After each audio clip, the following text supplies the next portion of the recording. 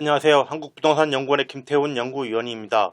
오늘 소개드릴 내용은 최근 연구원의 기본과제로 수행한 자연지 가치 하락 보상평가 실태 분석에 관한 연구의 주요 연구 결과를 간단히 소개하는 시간을 갖도록 하겠습니다. 네, 오늘 소개드릴 내용은 크게 보시는 바와 같이 목차에서 보시는 바와 같이 크게 4개 장으로 되어 있습니다. 첫 번째 서론, 제2장 관련 법제 및 이론적 검토, 제3장 자연지 가치하락 보상평가 실태 분석, 제4장 자연지 가치하락 추정 및 판단 근거 제시 방향의 순서대로 소개하는 시간을 갖도록 하겠습니다. 먼저 제1장 서론입니다. 연구의 배경 및 목적을 보시면 최근 중토위는 피수용자의 권리 보호 측면에서 자연지 가치하락에 따른 손실보상을 적극적으로 인정하는 추세가 있습니다. 그렇지만 감정평가 업계에서는 자연지 가치하락 여부를 판단해서 이 근거를 제시해야 되는데 이 구체적인 기준이 없을 뿐만 아니라 참고할 수 있는 어떤 참고 자료 등도 없어서 보상평가 시에 많은 어려움이 발생하고 있습니다. 이에 본 연구는 자연지 가치하락 보상평가 선례를 수집해서 실태 분석을 통해 자연지 가치하락 인정 여부 또는 그 반영 정도 등에 대한 기초 자료를 제공하는 것에 목적이 있습니다. 이를 위해서 분석 대상은 최근 3년간 중토위로부터 의뢰된 재결평가건 중에서 자연지 가치하락 보상평가가 의뢰된 필지 중에 자연지 가치하락이 있는 것으로 평가된 필지만 분석 대상 토지로 선정해서 분석을 하였습니다. 제2장 관련 법제 및 이론적 검토를 살펴보겠습니다. 먼저 자연지 가치하락 손실보상 및 감정평가 관련 규정은 토지보상법, 가점법 시행규칙, 감정평가 실무기준, 협회 토지보상평가 지침 등에 상세하게 관련 조항이 규정되어 있습니다. 해당 규정을 바탕으로 자연지 가치하락에 따른 감정평가 방법 적용을 살펴보면 기본적으로 편입 전 자연지 가격에서 편입 후 자연지 가격을 뺀 금액으로 감정평가를 하게 되어 있습니다. 여기서 편입 전 자연지 가격은 편입 전 일단의 토지 전체 가액에서 편입된 토지의 가액을 뺀 금액으로 감정평가를 하게 되어 있고 편입 후 자연지 가액은 자연지 상태에서의 개별 요인을 기준으로 감정평가를 하게 되어 있습니다. 제3장이 되겠습니다. 이 제3장 자연지 가치하락 보상평가 실태 분석이 본 연구의 가장 핵심적인 부분이라 할 수 있습니다. 분석 대상 토지의 자연지 가치하락 보상평가 적용 실태는 크게 이제 공익사업 유형 분포나 이제 기본적인 대상을 살펴봤는데 본 연구에서 자연지 가치하락 보상평가가 이제 재결평가 의뢰된 실태는 살펴봤더니 최근 3년간 약 1,400필지 정도가 의뢰가 됐는데 자연지 가치하락 보상평가를 평가를 의뢰했는데 이 중에서 가치하락이 인정된 필지는 보시는 바와 같이 약 550필지로 나타나서 가치하락 인정 비율은 약 40% 정도로 나타났습니다. 이 분석 대상 필지의 공익사업 유형을 봤더니 도로건설공사, 철도건설사업, 민간투자사업, 도시군 계획시설 사업이 이 공익사업 유형 자연지 가치하락의 대부분을 차지하고 있는 것으로 나타났습니다.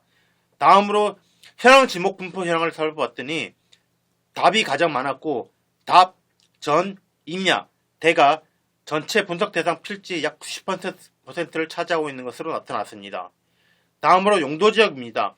용도지역 분포에는 계획관리지역, 자연녹지지역, 농림지역, 개발제한구역 순으로 나타났고 용도지대 적용 분포 현황은 농경지대와 임야지대가 분석 대상 필지의 약 70% 정도를 차지하고 있는 것으로 나타났습니다. 그리고 편입 전후의 개별 요인 변동 현황을 살펴봤습니다. 개별 요인 변동 현황은 보시는 바와 같이 핵지 조건이 약 56%, 다음으로 접근 조건이 29%, 환경 조건이 24%, 이 정도 순으로 나타났습니다.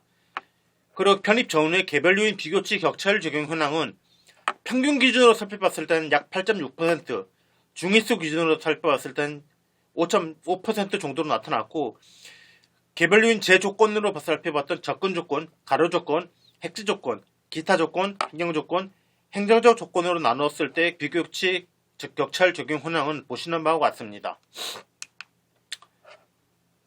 그리고 편입 후의 가격 감소율 범위 현황을 살펴봤는데 본 연구에서 가격 감소율은 공익사업 시행지구의 편입 전후의 적용단가 차이를 가격 감소율로 파악을 했습니다. 따라서 이 편입 후의 가격 감소율 범위 현황을 크게 지목별, 용도지역별, 용도지대별로 나눠 살펴봤는데 먼저 현황 지목별로 살펴봤을 때 평균은 공이 8.1%, 중위수 기준으로 4.8% 나타나는데 현황 지목을 봤을 때 평균 기준으로 가수원, 중위수도 가수원이 가장 큰 것으로 나타났지만 가수원과 창고 용지 같은 경우는 이 분석 대상 표본 그 수가 자체가 작기 때문에 실질적으로는 평균 기준에서는 대가 9.6%, 중위수에서는 공장 용지가 약 6.3%의 가격 감소율을 보이고 있는 것으로 나타났습니다. 다음으로 용도지역별 현황을 살펴보겠습니다. 용도지역별로는 평균 기준으로는 녹지지역이 11.6%, 중위수 기준으로는 관리지역이 5.8%로 가장 큰 가격 감소율을 나타냈습니다. 마지막으로 용도지대별 가격 감소율 현황을 살펴보겠습니다. 용도지대별로는 평균과 중위수 기준 모두 공이 상업지대에서 가장 큰 가격 감소율을 나타냈습니다. 제4장이 되겠습니다. 제4장에서는 잔해지 가차락 추정 및 판단 근거 제시 방향을 했는데 여기서는 크게 두 가지 방향성을 제시했습니다. 먼저 사업 시행자가 제공하는 기초조사 자료를 적극적으로 잔해지 가차락 보상평가 실무상 적극적으로 활용할 필요가 있겠습니다. 이 사업 시행자가 제공하는 기초조사 자료로는 먼저 사업 부지와 지적이 표시된 지형 도면을 들 수가 있습니다. 이 사업 부지와 지적이 표시된 지형 도면에는 일단의 토지와 잔해지 현황이 들어가 있습니다. 여기는 잔해지 편입 전 일단의 토지를 바탕으로 편입된 토지와 편입 이후의 잔해지 토지지, 지번, 지목, 면적, 평가 대상, 잔해지 번호 등에 대한 정보가 들어가 있습니다. 또한 일단의 토지와 잔해지 지역도 이 지적이 표시된 지형 도면으로 활용할 수 있겠습니다. 이 사업 부지와 지적이 표시된 지형 도면은 협회에서 심사 시에 필요사항으로 회원사에 해당 서류를 제출하도록 공고한 바가 있습니다. 다음으로 사업시행자가 제공하는 기초조사 자료로 잔해지 현황 조사서라고 하는 것을 적절히 활용할 필요가 있습니다. 이 잔해지 현황 조사서에는 잔해지 개요, 사전협의 여부, 현지조사 결과, 종합 의견 형태로 구성되어 있는데 일부 조사 사항에 대해서는 현황사진, 현황도면 또는 평면도 등을 첨부하게 되어 있는데 이 잔해지 현황조사서 활용에 대해서는 앞에서 살펴본 사업부지와 지적이 표시된 지형도면 활용과는 달리 협회 심사 시에 어떤 필수적인 필요사항이 아니라 추가 필요 서류로 제시할 수 있을 것으로 판단됩니다.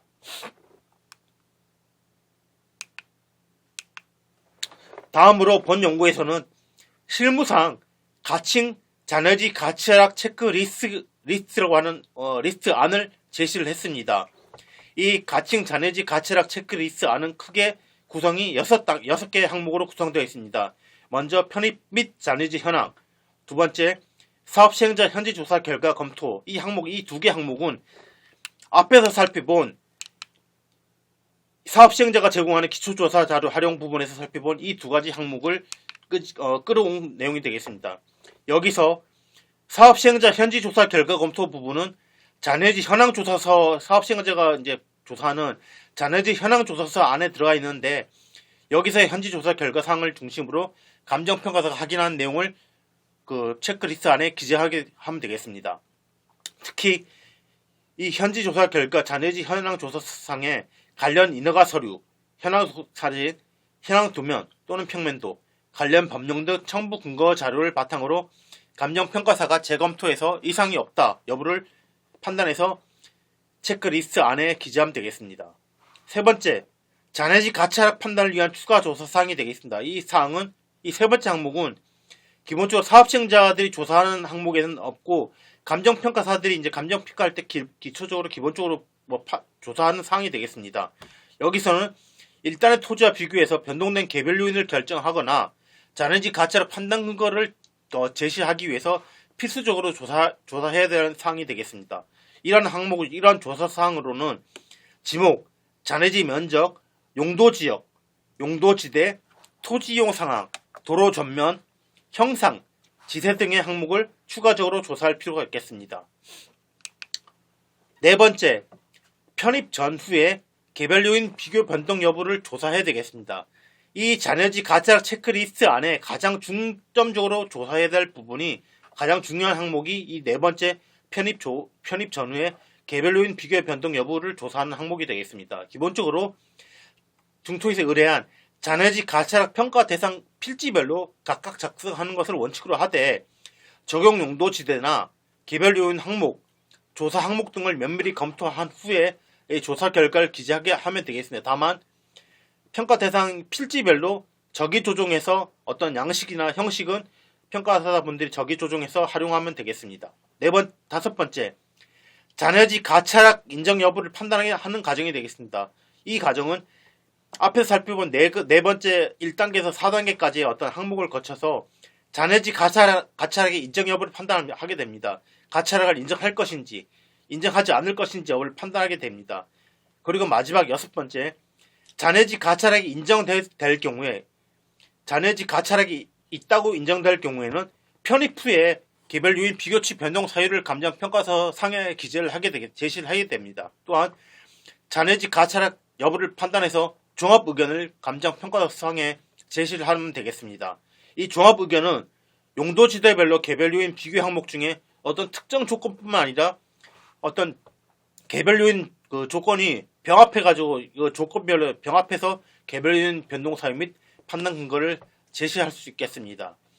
다만 이때 일부 실무상 이 개별 요인 비교치 변동 사유라든가 가차락 여부를 판단해서 감정평가상에 기재할 때 일부 잔여지의 종래의 목적에 사용하는 것이 현재 곤란하게 될 때 이 부분은 잔해지 가차락에 해당되는 부분이 아닙니다. 엄밀하게 봤을 때 이 부분은 잔해지 가차락에 대해서 감정평가상 판단할 부분이 아니라 잔해지 수용 또는 잔해지 취득 보상 여부를 판단하기 위한 어떤 수용 여부를 판단하기 위한 요건이 되기 때문에 감정평가사 분들께서는 잔해지 가차락 손실 평가 시에 이런 부분에 이 해당 부분에 대해서는 별도로 고려할 필요가 없다는 것에 유의할 필요가 있겠습니다.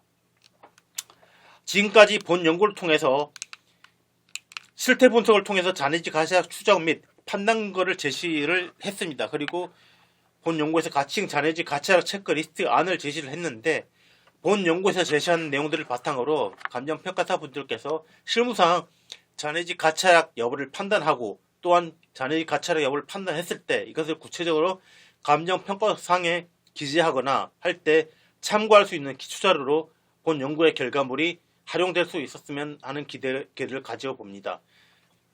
이상으로 오늘 준비한 내용은 여기까지입니다. 끝까지 경청해 주셔서 감사합니다. 오늘도 행복한 하루 되십시오. 감사합니다.